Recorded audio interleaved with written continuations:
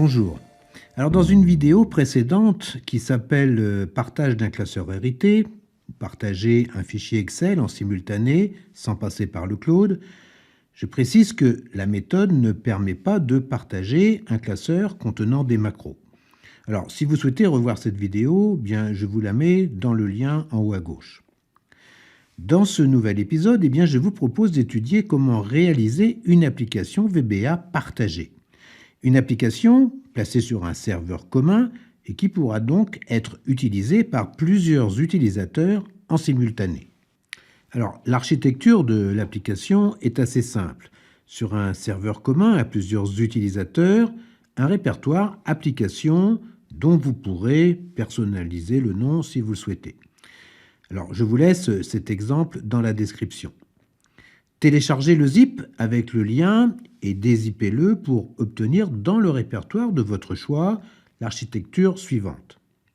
Alors, sous ce répertoire application, un sous-répertoire icône dans lequel se trouve un fichier .ico, donc appli.ico, qui sera l'icône d'un raccourci installé sur le bureau des machines Windows des utilisateurs de votre application. Et puis votre application VBA, pour exemple ici VBA application.xlsm, placée sous la racine du répertoire application. Une application VBA digne de ce nom, et je le dis souvent, est une simple interface qui importera des données externes pour les traiter et pour en exporter des rapports. Par définition, une application VBA n'a nul besoin d'être sauvegardée par les utilisateurs, mis à part pour une mise à jour de son code.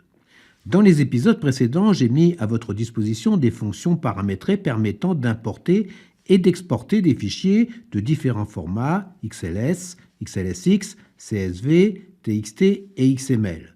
Alors, n'hésitez pas à les utiliser, vous gagnerez un temps précieux dans vos développements. Le principe XL One Click de l'application VBA partagée consiste, à la première ouverture de l'application, de créer un raccourci bureau sur la machine de l'utilisateur qui pointera sur l'application VBA, puis de cloner l'application, de modifier son nom en lui ajoutant un suffixe égal au username de l'utilisateur. Ainsi, l'utilisateur travaillera avec un avatar de l'application à son nom.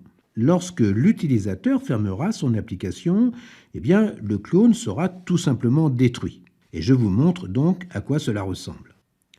Dans le répertoire application se trouve le répertoire icône contenant l'icône appli.ico qui sera installé sur le bureau. Dans ce même répertoire application, le fichier VBA application.xlsm, un fichier Excel donc prenant en charge les macros. L'ouverture de ce fichier va lancer l'application Excel et ouvrira le fichier VBA application.xlsm et donc une question vous sera posée. Voulez-vous créer un raccourci sur votre bureau? En répondant par OK, nous allons créer un raccourci bureau qui pointera sur ce fichier VBA application.xlsm. Alors, je vais déplacer ce raccourci pour le mettre bien en évidence. Vous pouvez constater dans Windows Explorer la création d'une copie du fichier VBA application.xlsm qui a pour nom le nom de l'application VBA et avec pour suffixe mon username qui en l'occurrence est égal à Gilles. Et on constate également que le classeur Excel qui est ouvert, qui est un projet VBA, porte bien le nom de ce fichier qui a été cloné. Maintenant, si je veux fermer l'application, le programme me demandera d'utiliser le bouton « Quitter ». Le fait de cliquer sur le bouton « Quitter » va permettre de gérer l'événement Before Close du classeur et de supprimer le fichier cloné. On constate bien la suppression du fichier cloné dans l'explorateur de Windows. Maintenant, si je fais un double-clic sur mon raccourci bureau, j'ouvre directement une application clonée. Si ce répertoire application est hébergé sur un serveur commun à plusieurs utilisateurs, un service, une entreprise, tous les utilisateurs pourront utiliser cette application VBA puisque chaque utilisateur ouvrira une copie du programme source à son nom. L'administrateur de l'application aura également l'avantage de voir dans Windows Explorer qui utilise l'application à un instant T. Alors, il existe d'autres solutions pour faire l'historique sur l'utilisation d'une application avec des fichiers log, et ce sera peut-être l'occasion d'un autre épisode. Maintenant, nous allons voir comment réaliser tout ceci. Le module XL OneClick MD97 X1C Shortcut on Desk va permettre de créer un raccourci bureau avec une icône qui pointera sur l'application VBA. L'utilisation de cette fonctionnalité nécessite, comme dans cet exemple, d'avoir un sous-répertoire icône dans le répertoire principal de l'application. Cela nécessite également d'avoir une icône au format .ico dans le répertoire icône. L'installation automatisée d'un raccourci bureau va nécessiter d'activer la référence Windows Script Host Object Model. Pour activer cette référence, utilisez le menu VBA, Outils, Références, et cochez la case donc Windows Script Host Model et cliquez enfin sur le bouton OK. Vous pourrez réutiliser ce module très pratique pour installer des raccourcis bureau pour vos applications VBA. Ce petit développement permet d'installer un raccourci bureau avec une icône, si celui-ci n'existe pas, mais aussi d'en faire sa mise à jour si vous changez l'emplacement de votre projet VBA. Alors, étudions maintenant comment cloner l'application. Alors, nous allons créer un nouveau module que l'on va appeler MD94 licence. Par convention, j'utilise ce nombre de modules très fréquemment pour gérer mes applications, les mots de passe et puis les droits d'accès des différents utilisateurs et administrateurs. Alors, vous l'appellerez comme vous voudrez, cela n'a pas une grande importance. Je le répète souvent, mais se fixer des conventions lorsque l'on développe de nombreuses applications, et en particulier au sein d'un service, d'une entreprise ou d'une équipe de développeurs, fera gagner un temps précieux à tout le monde. Alors on va placer ce module en option explicite. Alors je vous rappelle que vous pouvez faire en sorte qu'à chaque fois que vous déclarez un nouveau module, celui-ci se trouve automatiquement en option explicite par le menu de votre console VBA, Outils, Options, et en cochant la case Déclaration des variables obligatoires. Déclarons une procédure que nous appellerons clone user appli. Donc sub clone user appli.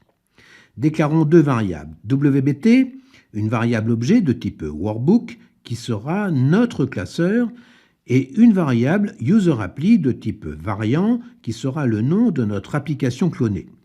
Alors nous verrons un peu plus tard pourquoi nous choisissons une variable de type variant et non pas une variable de type string pour une chaîne de caractères qui contiendra notre nom de fichier. Donc on va faire dim wbt as workbook user_appli as variant. Attribuons à notre variable objet wbt notre classeur. Pour ça, on va faire set wbt égale thisWorkbook.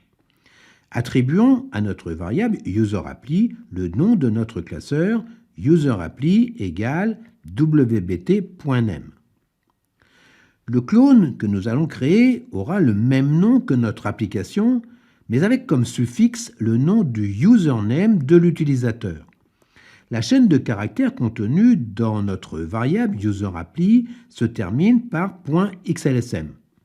Ce que nous allons faire, c'est de splitter la chaîne de caractères au niveau du point en utilisant la fonction VBA split, et c'est pour cette raison que nous avons choisi de définir notre variable user_appli de type variant. Donc on va faire user_appli égale split et entre parenthèses user_appli virgule et puis le caractère qui va permettre de séparer notre chaîne de caractères, de splitter notre chaîne de caractères, le point que l'on va placer entre guillemets, et puis on fermera la parenthèse. Du coup, notre variable user_appli est transformée en un tableau avec deux indices. Le premier indice, qui est l'indice 0, étant tous les caractères qui précèdent le point. Nous allons pouvoir reconstruire le nom complet de notre application clonée. Donc on va faire user_appli égale thisWorkbook.path, donc le chemin de notre application, espace underscore pour pouvoir écrire sur une deuxième ligne. On va concaténer avec l'anti-slash et on va concaténer avec l'indice 0 de notre variable de type variant, donc un tableau user_appli entre parenthèses 0. On va faire un espace, le underscore, pour écrire sur une troisième ligne, et on va concaténer avec un underscore pour séparer les mots, et puis le nom du username avec la commande vba.createObject, ouvrez la parenthèse, ouvrez les guillemets, wscript.network, fermez les guillemets, fermez la parenthèse, .username. Et puis, on va concaténer avec l'extension de notre fichier, entre guillemets, .xlsm. Maintenant, si le clone existe dans le répertoire de notre application, nous allons le détruire pour le recréer. De cette façon, l'administrateur de l'application pourra faire des mises à jour de l'application. Cela sera complètement transparent pour les utilisateurs. En lançant l'application avec le raccourci bureau, ils travailleront toujours avec la dernière version de l'application. Donc on va faire if, dire, ouvrez la parenthèse, on va convertir UserAppli, qui je vous rappelle est un variant, en une chaîne de caractères en faisant CSTR, ouvrez la parenthèse UserAppli, fermez la parenthèse. Donc si cette condition est différente de rien, c'est-à-dire VB null string, cela veut dire que le fichier existe dans notre répertoire, donc on va le détruire. On va faire then kill UserAppli. Donc on va détruire le fichier cloné UserAppli. Enfin, nous allons sauvegarder notre clone. On va faire wbt.saveAsFilename := et de la même façon, on va convertir notre variable de type variant UserAppli en chaîne de caractères, en string, en faisant CSTR, entre parenthèses, UserAppli, virgule, et le file format, le format du fichier, : xlopen xml workbook macro enabled. Et puis nous libérerons la mémoire de notre objet workbook en faisant set wbt = nothing. Enfin, on retrouvera notre nsub. Une fois que l'on aura ouvert notre application originale, nous allons donc nous retrouver dans une application clonée au nom de notre username. Nous allons pouvoir utiliser notre clone pour travailler. Maintenant, quand nous allons quitter notre application clonée, nous allons la détruire et nous allons voir tout de suite comment faire. Déclarons une nouvelle procédure que nous appellerons delete UserAppli. Donc sub delete UserAppli. Déclarons une variable de type string pour y stocker le nom de notre application clonée. Donc on va faire dim UserAppli string. Ensuite, attribuons à cette variable UserAppli le nom de notre clone. On va faire UserAppli = application.activeworkbook.fullname. Donc on aura le nom de notre application clonée avec son adresse complète, tout son chemin. Nous allons utiliser la fonction de chaîne instr pour contrôler si le nom de notre application clonée porte bien pour suffixe le username de l'utilisateur. Donc on va faire if instr UserAppli, donc notre chaîne de caractères qui contient le nom de notre fichier cloné. Donc si à l'intérieur de cette chaîne de caractères, on retrouve vba.createObject wscript.network.username, c'est-à-dire le username de l'utilisateur. Donc si c'est supérieur à 0, cela veut dire que cette chaîne de caractères, le username de l'utilisateur se trouve dans la chaîne de caractères à une certaine position qui est supérieure à 0. Dans ce cas-là, donc si c'est le cas, alors nous allons dire que l'application est sauvegardée, même si ce n'est pas vrai, pour ne pas avoir le message « Voulez-vous enregistrer votre fichier ?» blablabla, comme le fait souvent Excel. Et on va faire donc activeworkbook.saved = true. On va dire que l'application a été sauvegardée, même si ce n'est pas vrai. Il n'est pas possible de supprimer un fichier qui est ouvert. On ne peut pas couper la branche sur laquelle nous sommes assis. Le mode xlread-only de la propriété Change File Access d'un classeur permet de faire une copie du classeur se trouvant en lecture seule afin de pouvoir travailler dans ce classeur sans risquer de modifier l'original. Si un classeur sur un espace commun est ouvert par un utilisateur et que vous souhaitiez l'ouvrir, eh bien vous ne pourrez le faire qu'en lecture seule. Et si vous modifiez ce classeur, eh bien jamais vous ne modifierez l'original. Nous allons donc appliquer cette propriété read-only à notre classeur. le fait d'appliquer cette propriété va nous permettre de nous retrouver dans une copie de notre clone de la même manière que quand vous ouvrez un classeur en lecture seule. Donc on va faire application.activeworkbook.changeFileAccess XL Read Only. Pour reprendre l'image précédente, rappelez-vous, je vous disais que l'on ne peut pas couper la branche sur laquelle nous sommes assis. Eh bien, en modifiant cette propriété, cela reviendra à changer de branche et donc d'être en mesure de couper la branche sur laquelle nous étions assis. Donc on va faire kill user appli. On va détruire donc notre application clonée. Maintenant, il va falloir fermer cette copie ou carrément quitter notre application Excel si aucun autre classeur n'est ouvert dans notre instance Excel. Donc on va faire if application.workbooks.count. Donc si dans la collection des classeurs de notre application Excel qui est ouverte, si c'est supérieur à 1, ce qui voudrait dire que nous avons plus d'un classeur ouvert, alors on va simplement fermer cette copie de notre clone en faisant application.activeworkbook.close et false. Dans la private sub workbook before close de notre classeur, false correspond à l'argument cancel de la procédure. Si nous n'avons qu'un seul classeur ouvert, c'est forcément celui dans lequel nous sommes. Et on pourra donc quitter l'application Excel. Donc else, de la même manière, pour éviter d'avoir le message « Voulez-vous enregistrer votre classeur ?», eh bien, on dira, même si ce n'est pas vrai, que le classeur est enregistré. Donc on fera activeworkbook.saved égale true. Et puis on fera application.quit pour quitter l'application Excel. Enfin le premier endif, le deuxième endif et le nsub. Il va falloir maintenant gérer comment quitter l'application. Et nous allons être obligés de forcer l'utilisateur à utiliser un bouton pour quitter l'application afin de pouvoir gérer cet événement. Dans notre module license sous option explicite, nous allons déclarer une variable booléenne publique que nous allons appeler exitApp pour sortir de l'application. Nous allons déclarer une nouvelle procédure que nous appellerons cmdquit pour gérer l'événement quitter l'application avec un bouton. Alors déclarons en bas de notre module MD94 license une procédure que l'on va appeler cmdquit.